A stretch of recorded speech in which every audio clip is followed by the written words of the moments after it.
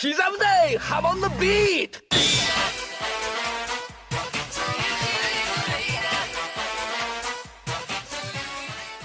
JoJo's Bizarre Adventure All-Star Battle R released back in September of last year, bringing the PS3 fighting game to new systems and PC, as well as adding new characters and stages. It also came with a season pass of DLC, which added some new characters. In this video, I'd like to go over what we've gotten so far, as well as my predictions for the 3 new additions coming with this season pass.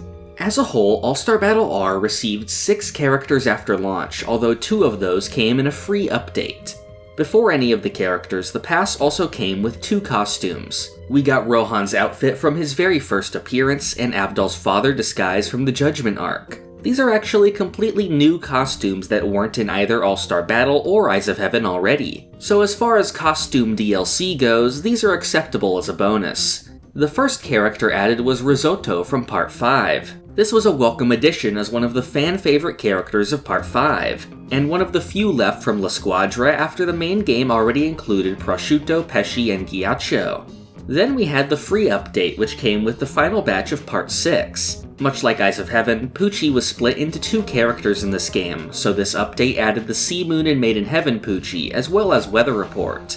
Now, if they had actually tried pawning these off as paid DLC, I'd be disappointed, but it seems like they were trying to avoid spoiling Part 6 for anime-only viewers and so held off on including them due to their movesets. Since it's free, I can't really see a problem with it. This also came with a new stage, the Kennedy Space Center, returning from the base game.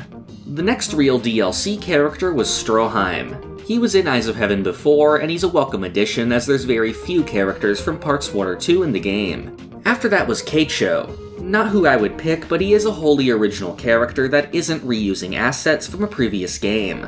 For our final character on the pass though, we have alternate Diego with the World, who is also in Eyes of Heaven alongside the normal Diego. The fact that they included Diego in the base game while turning a character who's mostly an asset flip into paid DLC is definitely disappointing, especially as the last character on the pass. I think as a bare minimum, they should have just included all the Eyes of Heaven characters they plan to add into the main game. Bothering to hype up their inclusion only for it to be something predictable isn't a good move in my opinion. Also, it's kind of strange that they bothered with avoiding Part 6 spoilers with their release schedule, while also openly advertising a Part 7 spoiler character for purchase later on.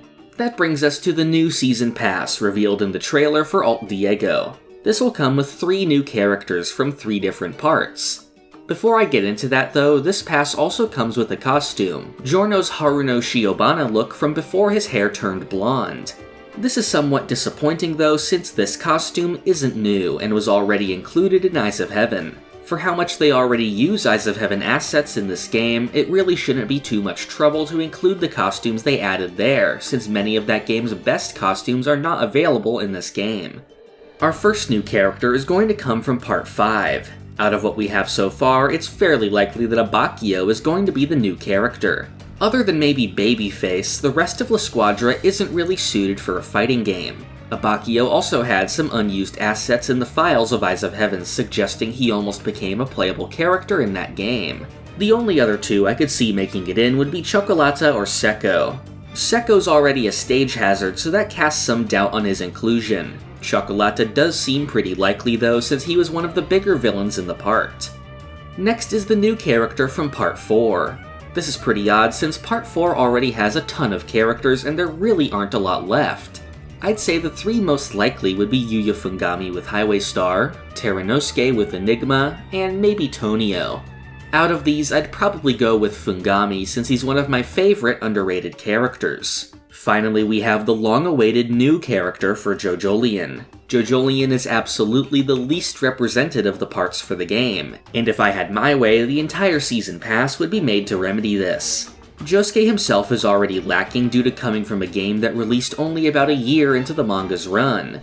I can already think of half a dozen characters I would want included. If we're only going to get 1 though, I would think they'd do the bare minimum of having the main antagonist be included. One issue though is that Toru himself isn't really a fighter and his ability would be hard to translate into a fighting game mechanic. I do think though that Wonder of You on its own could make for a good character, especially since it has access to the rock insects. If I got what I wanted, we'd be getting Jobin, my personal favorite of the JoJolian characters. But unfortunately, what I'm seeing as a pretty likely outcome here is that Joshu will return from Eyes of Heaven. This would be really disappointing since he just isn't an interesting choice from the long list of really great characters they could go with. I do think there is some doubt to be cast over this though, thanks to Joshu's major role as a stage hazard in the game, although Pesci was one too and still managed to make it in. I'm not even against Joshu being a playable character, and I think his inclusion in Eyes of Heaven was fine for that time in the story that the game came out.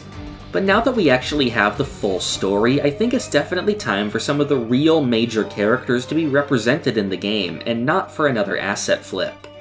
That's all the news we have for now regarding the new Season Pass. Once the next character is revealed, I'll be sure to make a video going over it. If you want to get updated on new videos, you can join the Hum and Beat Discord using the link in the description. To receive rewards like Discord perks and the opportunity to submit questions, you can help support the channel on Patreon. You can leave as many questions as you want at any tier, and your question may be featured in the end of a future video, and possibly compiled into a full Q&A video in the future. Thank you for watching. This is the part of the video where I thank my $5 and up patrons. Thank you to Alex Ramirez, Doorbell, Crayon, Rigovids, Zucato, Pumpkin Doge, Marrow, Almighty Quarth, Cowrie, Gatling Grove, Lime Jinjo, 17-Hit Combo, Sponge Cake, Kekext, Feliciano Rabaja, Rayana Meme, Christian McDonough, Navi, Emmanuel Etienne, Pulse Dog, Great Riek, D, Dr. Zombie, and Carmotrina.